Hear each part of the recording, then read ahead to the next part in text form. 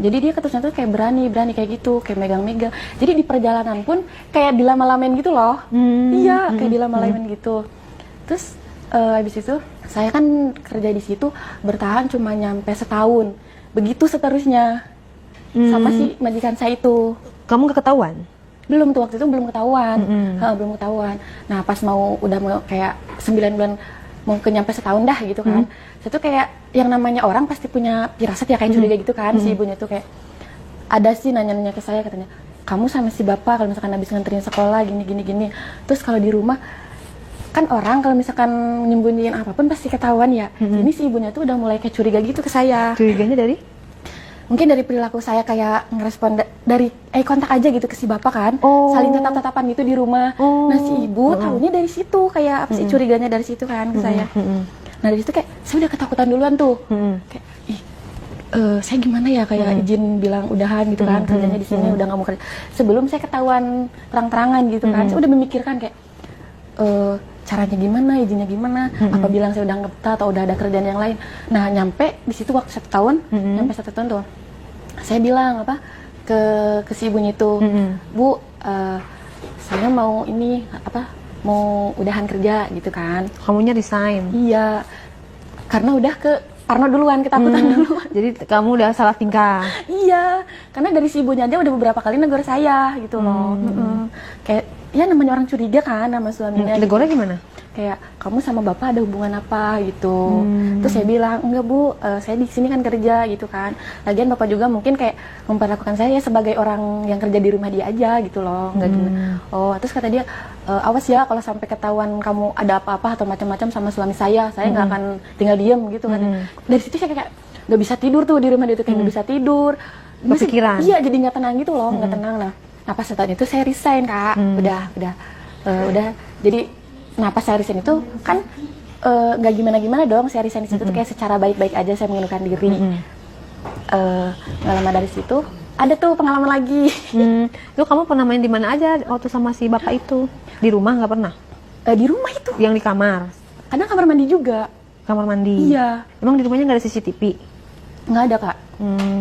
Gimana tuh awal mulanya kok bisa dari kamar ke kamar mandi? Ceritanya gimana? Nah, kalau di kamar mandi ini kalau misalkan saya lagi apa sih, kalau abis bikinin dia kopi kayak minum gitu, kayak teh gitu kan, sebenarnya dia lagi nonton minta ke saya kayak bikinin teh atau kopi. Nah, dari situ kalau misalkan si ibunya lagi nggak ada. Nah, kalau di luar kayak di mobil kayak bukan sengaja keluar kayak abis nganterin anaknya atau gimana gitu loh. Tapi yang sering gimana itunya, misalnya dia ngedeketin kamunya, gimana prosesnya? Kok bisa kejadian di kamar mandi?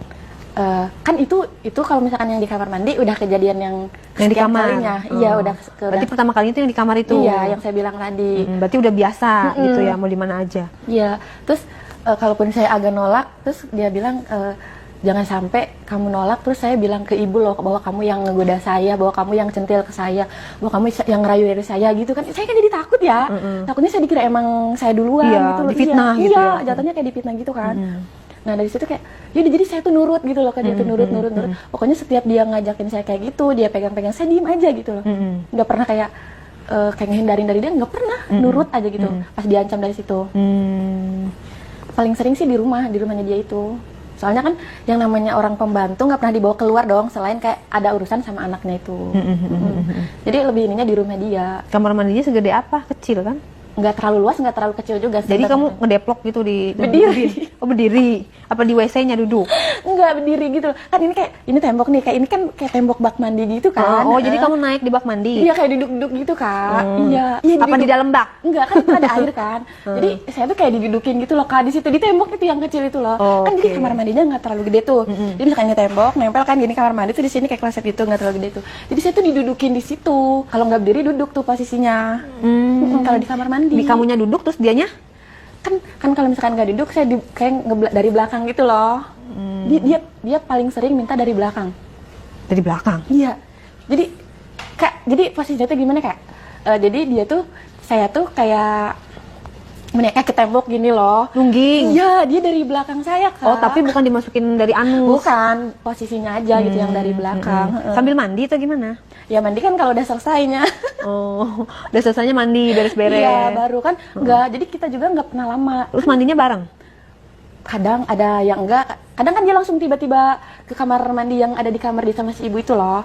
Kadang saya mandi sendiri gitu loh. Yang namanya apa sih, di rumah pribadi dia takut ada istrinya tiba-tiba pulang gitu loh. Jadi nggak terlalu lama, panik gitu ya. nggak terlalu tenang juga gitu loh, nggak enjoy juga gitu mainnya loh. Terus yang aneh-anehnya mainnya di mana lagi selain di kamar mandi? Ya itu kalau misalkan kalau di dapur nih sama di ruang tamu, kalau misalkan si ibu kan misalkan dia nonton nih sendiri kayak gini. Yang aku bilang tadi kayak dia bikinin kopi atau teh, paling kalau di ruang tamu kayak gitu kayak ngeraba-raba aja gitu loh. Abis saya ngasih minum, saya ngasih itu kayak makanan yang dia minta.